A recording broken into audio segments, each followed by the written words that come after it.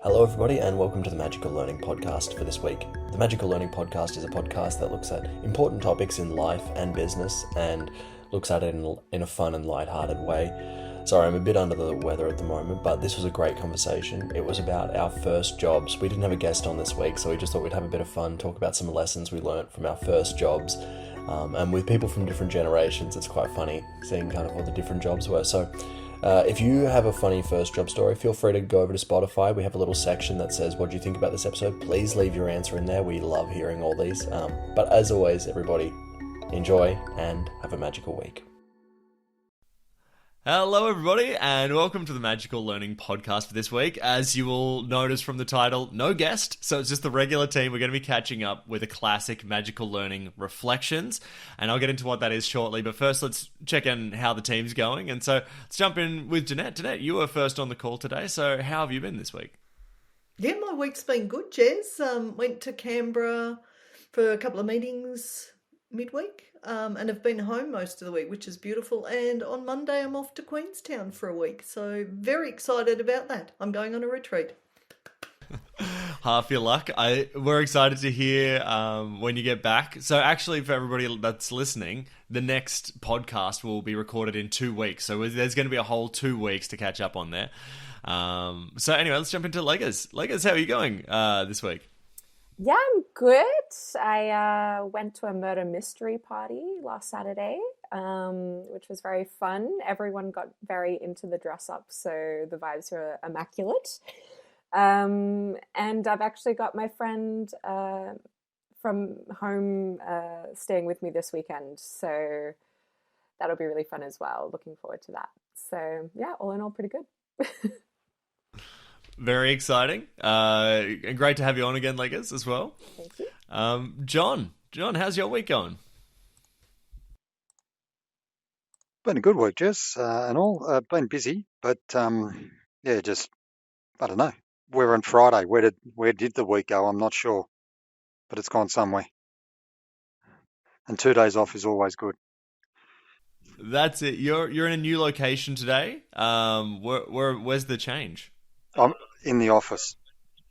Nice. Well, I'm at my desk in the office. I'd normally go into a room in the office, but it's Friday and you could shoot a gun through this place and not hit anyone. So I figured I'd stay here. Well, anyway, everybody, today we're going to be talking about our first jobs and what I learned from my first job. So I think let's jump in, and I'll start with myself today, because why not kick everything off? I think, Leggers, you and I both had the same job, actually. Oh, maybe not. Maybe not. TBD. But anyway, my first job was working at Hog's Breath Cafe. So for people that are not from Australia or unfamiliar with what Hog's Breath Cafe is, it's a steakhouse in Australia that I think was designed to be the most Australian thing ever made. And so, you know, it featured big sort of nights around rugby league. There was famously Steak of Origin was kind of one of the promotions they had. But basically part of its charm was that it sort of looked like it was all made out. It sort of looked like it would fit in a set for Crocodile Dundee in some ways. And part of its charm was that the people that were serving you would come and sit at your table, and they would sort of be overly friendly. And I didn't know this, but they told me, this is my first lesson from Hog's Breath, which was that sometimes not everybody's going to like you, and that's okay. Because they said, look, we want you to go sit at their table. We want you to be in their business. And if we get any complaints about that, that is not your fault. That's what we just want that to be our branding. So that was kind of interesting. That was an interesting lesson, which was for me, yeah, just basically like, not everyone's going to like you, and that's actually kind of your thing. That's okay. So does anybody have any questions or thoughts on that? I was just going to say, so Hog's Breath was my second job.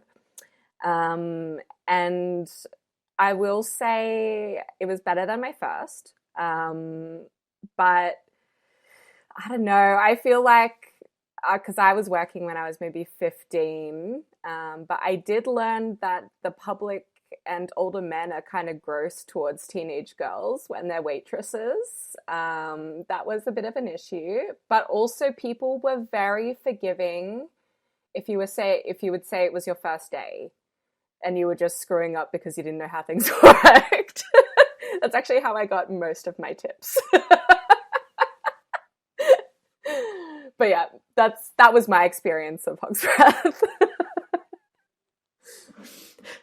So I could see how those two, like that instruction to sit with people could work for some, but also, as Lega said, in some instances actually makes it creepy as well. So thinking about the different perspectives, and thanks for both sharing about that. Yeah, it was a funny job. But anyway, well, Lakers, let's piggyback off that. Piggyback being the key pun there. Off of Hog's Breath. Let's go to your first job. Given that you had a Hog's Breath intro as well, but what was your job before that? And tell us the lesson you learned from that. So my first job was working at Zembro's, which for those of you that don't know is a Mexican sort of fast food chain here in Australia. And I was working there, I think the summer I was 14 or 15. And I learned a lot about bad management because as a child, I was scheduled to close a lot. And not having a license, Mum would have to pick me up at like 11:30 p.m., which for those of you that know anything about Danette, she is a morning girl, not a night owl. So that was truly inconvenient for both of us. And the sort of night manager was a real stickler for doing things her own particular way. And so like when we're running late for close, it was usually just me and her. But she would make me like double mop the floor and like do everything twice basically. And I'm like, it's not making any difference. But that's the way that she liked things to be done. So that's the way that I had to do them. So yeah, I learnt that not every manager is good. There were other day managers that were better. But I do feel like, she really sort of brought me into the world of managers that sort of micromanage and don't understand sort of their people very well. So that's what I learned. Yeah, so fascinating. I think the world of, I mean, it set you up to be to enter another workforce, and you have micromanagers. You know, you're always going to run to that at some point. You know, so you may as well get the experience in at some stage. But yeah, no, that is fascinating. It's fascinating to put someone who's in school on clothes. I think that's kind of a bit of a wild decision, but you know, everyone's got unorthodox styles, so you know that's kind of their style. Maybe I don't know. Does anybody else have anything to jump in there? It seems very odd that, they'd put a school kid on clothes like that at 11 o'clock. And we wouldn't have allowed our kids to do that more than once, really, because they've got to be in home in bed. And I get, you're not just a primary school kid, but no. Yeah, it wasn't my preference. Oh, no, I get that too. Yeah. And it was the weekends too, wasn't it, from memory, Leggers? So it was Friday and Saturday night. So not even really good nights to have things. And it was her first job. So minimum wage, and I don't remember if Zembro's did penalty rates. So it just, all in all, laws are a little laxed. Yeah. All in all, I think we were getting the raw end of the deal here. But also because I was young, I was like easy to just, and it was my first job. I didn't know how to sort of stand up for myself in regards to these things. So I was easy to sort of push around as sort of, an employee. So, it's a good lesson to learn to sort of stand up for yourself and say no to shifts that you don't want to do.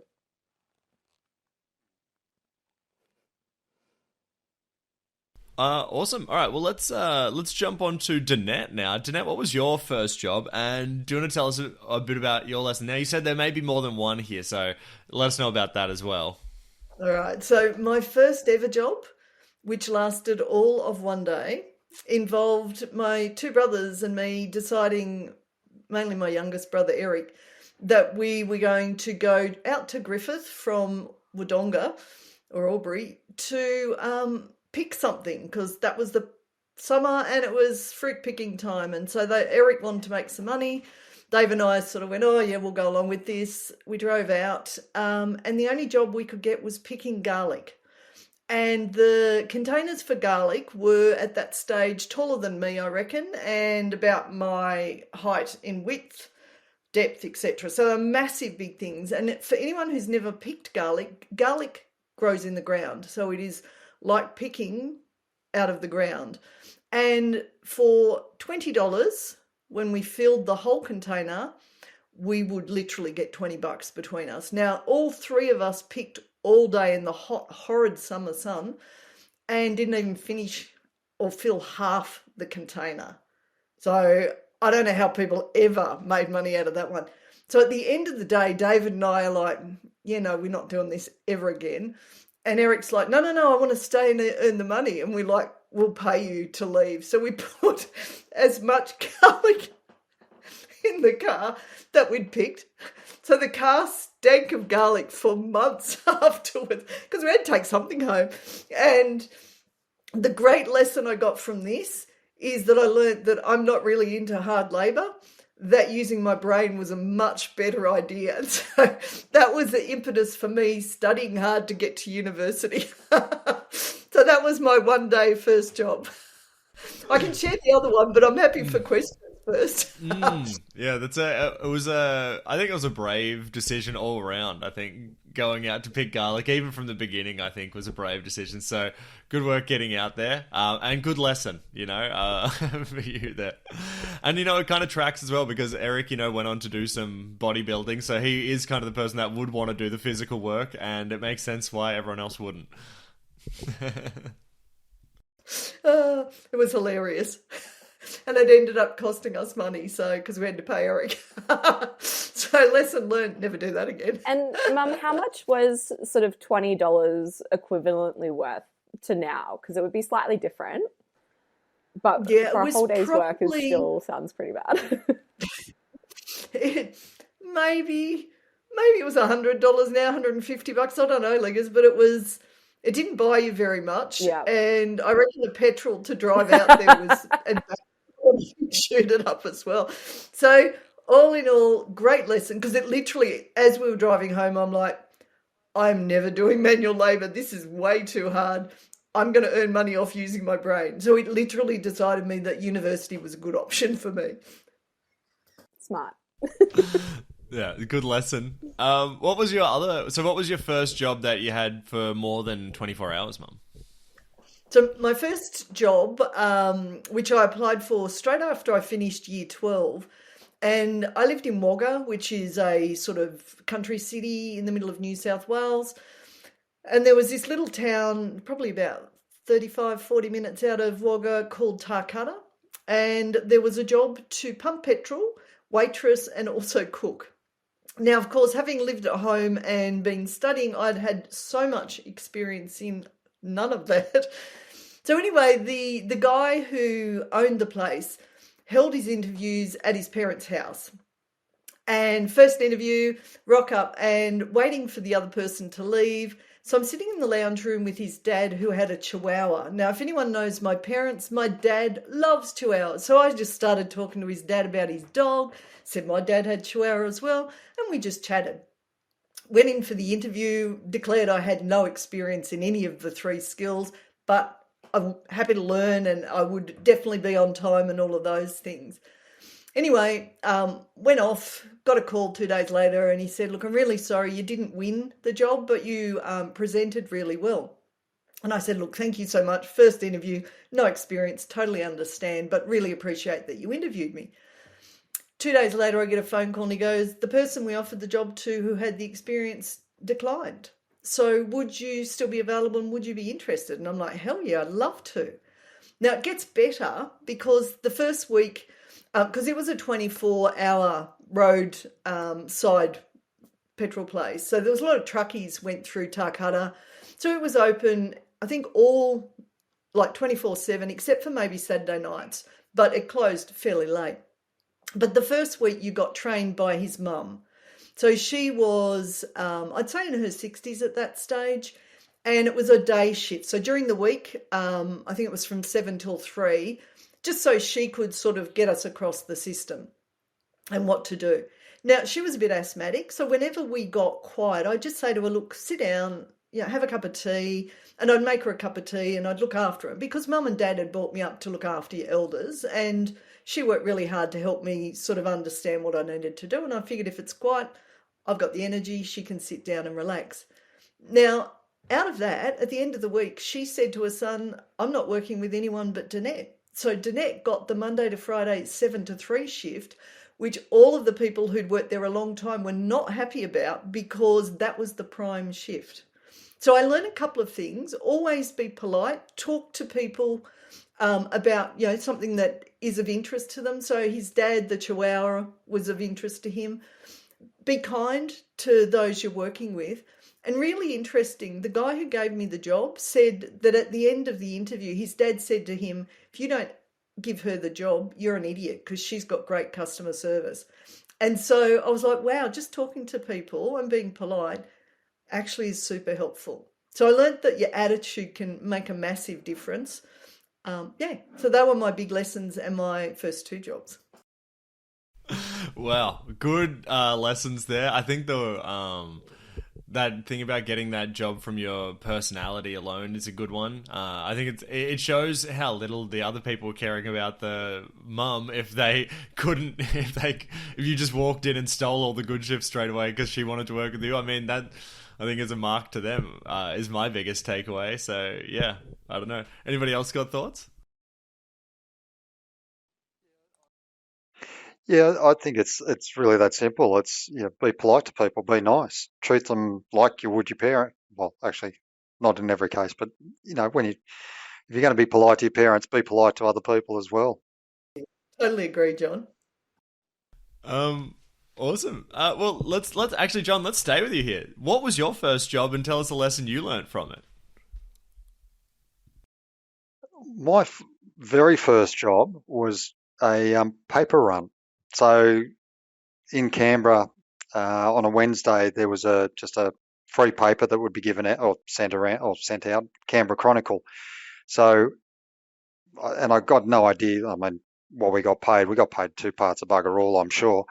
But you had to go to someone's house, pick up the papers, take them home. You'd roll them so they were in tubes. Well, effectively tubes, put a rubber band around them, put them in boxes and put that on the back of your bike and off you'd go. And me and my brother did those things. And we, you hear the horrendous stories about people just dumping magazines or chronicles and those sorts of things. Well, we actually delivered.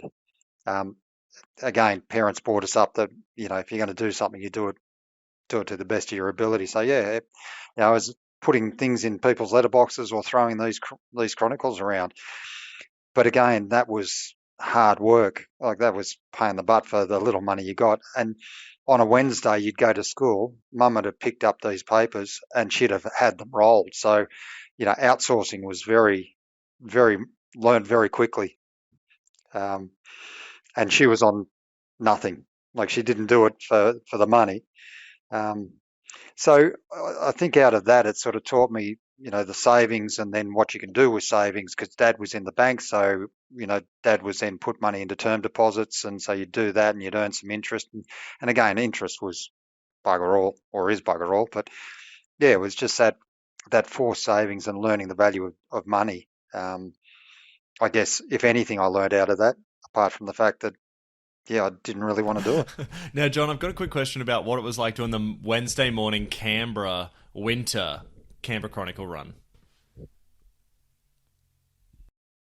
Oh, look, it was beautiful, Jez. It's, beautiful one day, perfect the next. It's the Brisbane attitude. It was bloody freezing, and we wouldn't do it first thing of a morning. We'd come home from school, do our homework, and then we'd be sent out to do it. So, I mean, the afternoons were just as bad, and it didn't matter if it was raining.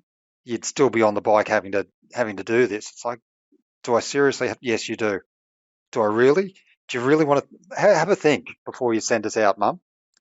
And yeah, out you go. So yeah, outside Canberra or in the weather, you know what it's like. Amazing. Does anybody have any thoughts on that one?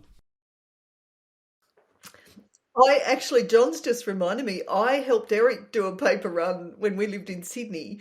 But even better, before that, I'd forgotten about, I was a young entrepreneur. We used to breed tropical fish. So before we got sent out on the paper runs when we were probably 8 or 9, when we were about 5 and 6, we actually bred tropical fish and sold them to the local fish stall. So I'd forgotten all about those jobs. And such a great thing. Eric was a bit like you guys. I think David and I were outsourced and we did it for free. So we helped him with his paper run, but I'm pretty sure he did not pay us. So thank you for the reminder, John. Yeah, well, good. You got to love family and working for them, don't you? Also, John, I wanted to ask, it sounded like you were going to lead into another story about another first job. Did you have another one there for you? Oh, the first office job would have been straight out of school, and I joined the Australian Public Service. So it's a government job. And I was, just in the file room, and you're putting bits of paper into files. So it wasn't exciting. And I guess, the lessons I learned there, that even as boring and mundane and shite as that is, and this is using hindsight, so at the time, very different attitude, but even the small things like putting pieces of paper back into files is part of a bigger chain of things, and that bigger picture, which at, what was I, 18, I wouldn't have been able to, I didn't see that. It was just a boring, mundane job that I didn't like. Other lessons I learned there were, bosses are people, and you can actually talk to them, and it's not bad if you talk to them and communicate. Going out all night drinking and then going to work the next day isn't a good way to be a good employee. I've learnt that lesson multiple times over the years. I think it's just a good lesson to relearn every now and again. And yes, even at 55, it wasn't that long ago that behaviour was such that it shouldn't have been. Another lesson from that, though, is listen and observe. And that's one that's carried me through. Don't be the one doing all the talking. Just listen to what's going on, who's talking, where they fit into the thing, work out the dynamics, and observe the behaviours of it all too. Because I was working in a welfare office, and I won't say which one, but a welfare office here, and a lot of the people that came in were down in the dumps, or needing benefit payments and such. And you could be really harsh on some of them as to, well, you go out and get a job and do that. It's never as black and white as you think it is.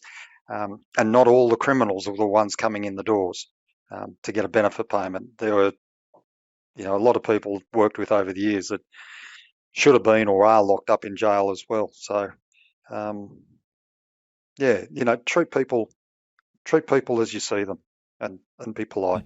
John, I like that both yours you got a bit of a switcheroo with your jobs, because your first one was that sort of, throwing the papers out there, having them pre-bundled, but then you came in, you had to be the person putting the things in the folder. You were the one wrapping the newspapers, making it easier for other people. And I hated it. Really hated it. Yeah, I feel like I had a sort of similar experience when I had my first office job, which was for CPA. And I will say that CPA was a really good employer. But I will say, because I was doing data entry, which was mind-numbingly boring. So I would literally watch TV on my phone as I was doing it, just for some level of mental stimulation. But the job was so easy that you very easily could. But yeah, no, it definitely, it was part of a bigger thing. And I did enjoy a lot of the perks of the corporate, kitchen and amenities. Those were nice. But it did sort of give me an exposure to office life that sort of convinced me that I'm not particularly drawn to that sort of style of work. I much prefer working from home, not having to get dressed up in corporate attire, when I can just wear a beanie and sweats at home instead. But I will say, like, no hate to CPA at all for that one. I feel like the office was lovely. People were lovely. It was just the job itself is so boring. Thank goodness for tech, hey, leaguers. Nowadays, I'm assuming you could just scan it and it would all do all the data input and stuff like Well, that, the which thing would be is, awesome. like, you would scan it and then it would try and, like, read handwriting, but I would have to go through and edit it because people had some really crazy handwriting styles as well. So that was basically the job. Ouch. I was going to share a friend of mine. Her first job was a bit like John's, that it was filing in the public service. And about day 3, she got pulled aside by the boss, and the boss said, "You got to slow down." And she's like, "What? You're making all of us look really bad. When you get this pile, that's got to last for the day because you're making us look bad." And they had a whole protocol about how slow they would go in order to do the bare minimum before they left the workplace. Now, she left that job pretty quickly, but sometimes in workplaces, those norms actually create not great workplaces. So she was extremely unmotivated as soon as she had that conversation. So hopefully no one in our audience ever experiences anything like that. Yeah, I had a bit the opposite. They wanted me to speed up at times.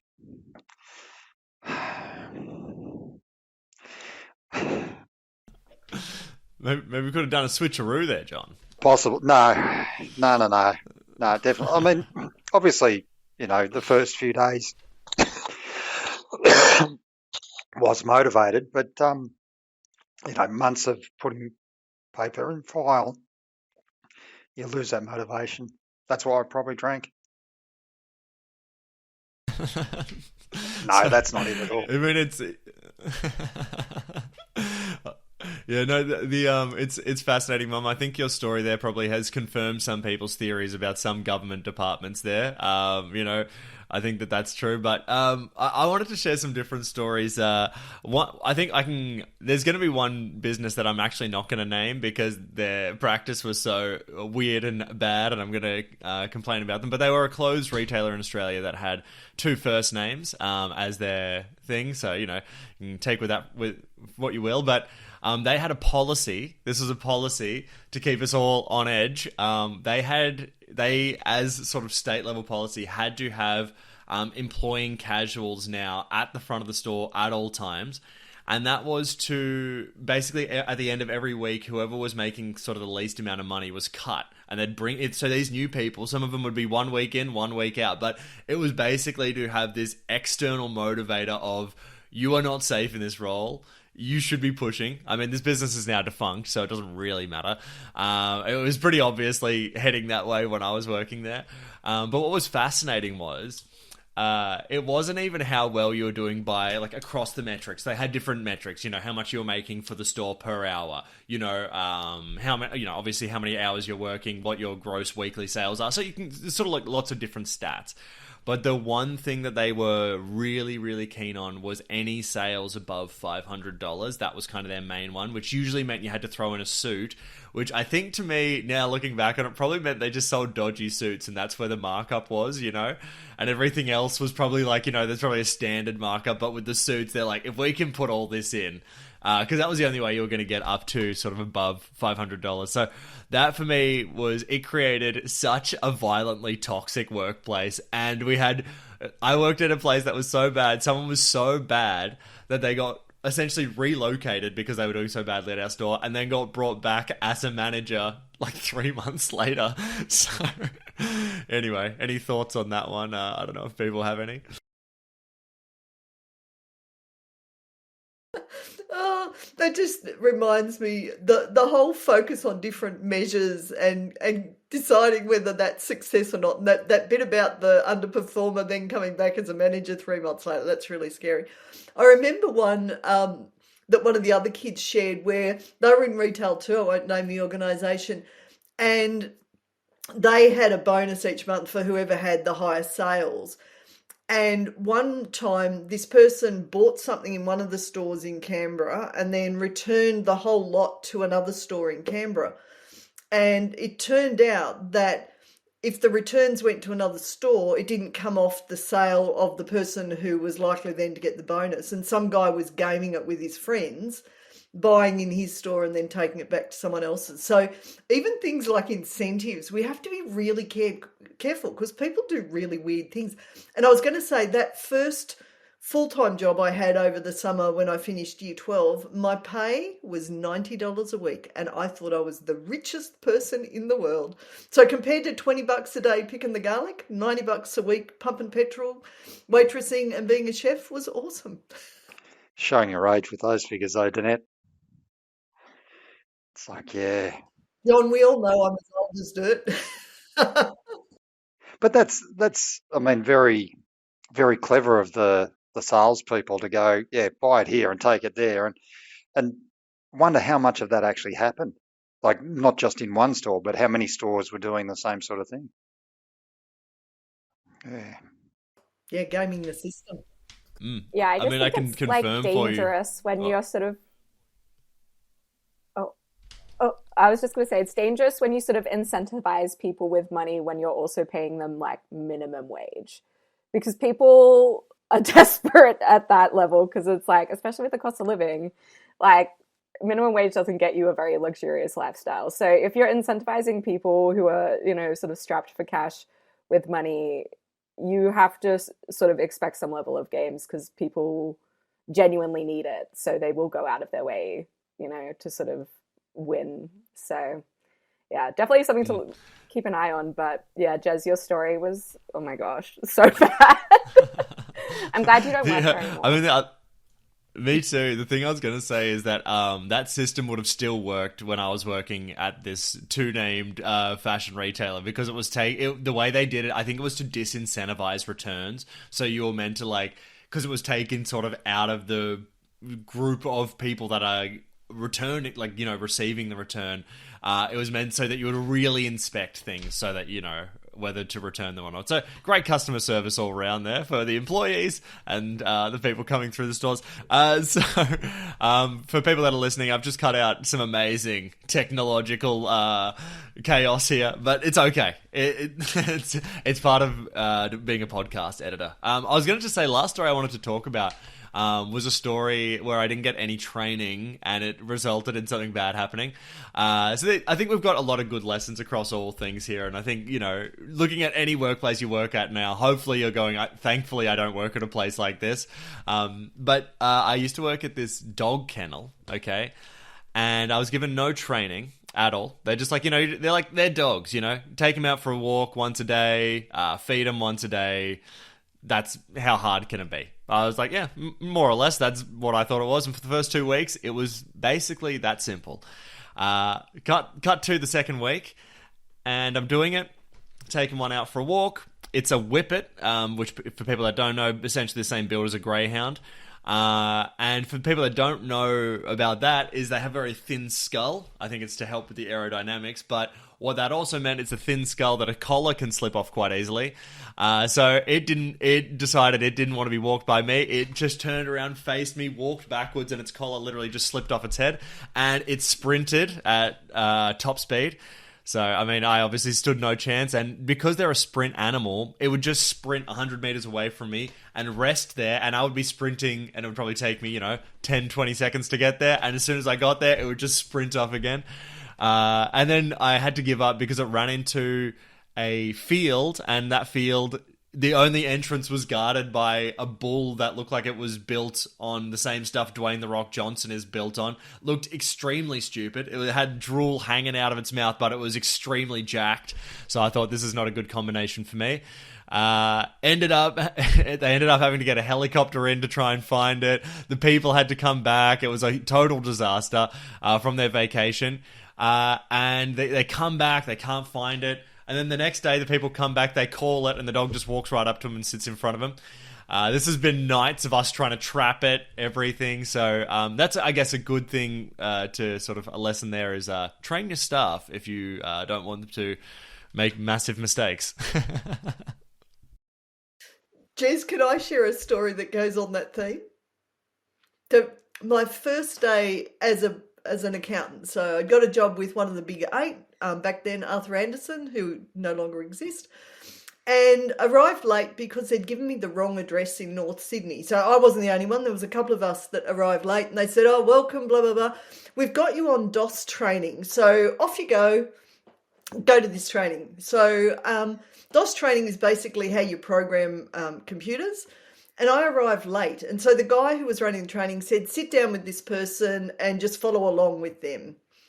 And the first thing we were to do was to format a floppy disk. Now, for those of you who have not ever seen a computer with a floppy disk, it was this thing that you stored data on. That was format A, was what we were supposed to do. Unfortunately, we formatted C, which was the hard drive of the computer, which was actually the computer of my first audit partners. So he had not backed up his computer, so we wiped his hard drive. I was like, "Oh, I think I've lost my job in the first half hour." They kept me on, but oh my goodness. Has anyone else got a disaster story? Yeah, we lost a kid. That's really bad, Mum. So I was working in a refuge, and again, no training. So this refuge was a government-run refuge whereby kids that couldn't live at home or couldn't stay at home were taken to the refuge, and they lived there. And so it was like a group house for wayward kids or parents that were wayward and the kids couldn't stay there. And obviously they, congregated and got into bad habits and stuff.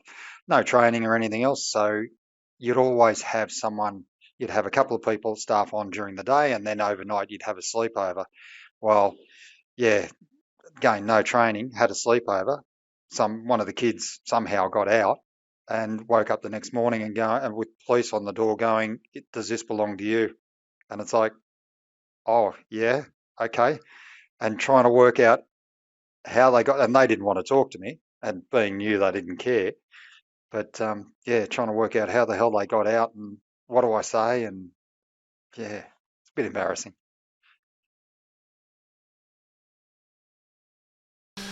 I like how it's Hey, come on, embarrassing. Leggers, you got to share that now. I was just going to say, I Yeah. think a common theme is that it's important to train your staff people. That's the overarching vibe, because very costly, large mistakes can happen by accident. And I like that we all felt guilty for it, but it's just the lack of training was the entire reason there. Like anybody would have made the exact same mistake. Well, let's just jump around the room and just do some final thoughts on today's topic. It's been a really fun one. I've enjoyed hearing about everybody's career, sort of different sojourns to different areas. Let's start with you, Jeanette. Any final thoughts on what you learned from your first job in today's conversation? I've loved today's conversation. I have tears streaming down my face most of the conversation. I think for me that every job will teach you something, whether it's you need training or you learn something. And I think for me, having the right attitude, not every job's going to be brilliant, but going in with the right attitude that maybe I can learn something, maybe I can add value here, could be helpful. So they're my thoughts. Thanks, Jess. Great topic. Look, I think you've got to be able to laugh at yourself. It may be horrible at the time, and may be very embarrassing and everything else, but be able to laugh at yourself and take the fun, the mickey out of yourself, and realise that it's not the end of the world, and then move on. Absolutely, and thanks for that one, John. Let's jump over to Leggers. Leggers, any final thoughts on today's conversation and what you learned from your first job? I would say we all had a very common experience of no one stuck with their first job or really ever considered going into that career where you started. And I think, therefore, if you sort of zoom out, if you're in a job you hate at the moment, there's always a job that you can move to that will be better, because not every job is great. You're not going to enjoy the time or the money or the effort, that is required for every job. So if you're sort of in one that you don't like and you're having some of the issues that we've had, which a lot of them are very funny in hindsight, bad to experience at the time. But yeah, it's important to, know that there are other options out there if you're sort of not vibing with it at the moment. So yeah, but really great chat. I think I've forgotten about some of these because I've heard some of these before, but yeah, great laughs. Amazing. And I had a great time. I feel like I've loved learning about the different jobs we've all had and kind of how different things were operated in different times, and also just reflecting back on my own jobs. It's always a funny activity. If you have enjoyed this and you want to send us your first job, feel free to send me an email because I would love to talk about these on future episodes. That is jeremy@magicallearning.com. I would love to hear from you. Otherwise, there is a little section beneath this in Spotify. There's a little section to leave a comment. So if you've got a short one, feel free to drop that in there as well. Otherwise, thanks everybody for being on. What a fun episode. This has been a real blast. And to everybody that's been sharing, listening, and enjoying. As always, everybody, have a magical week.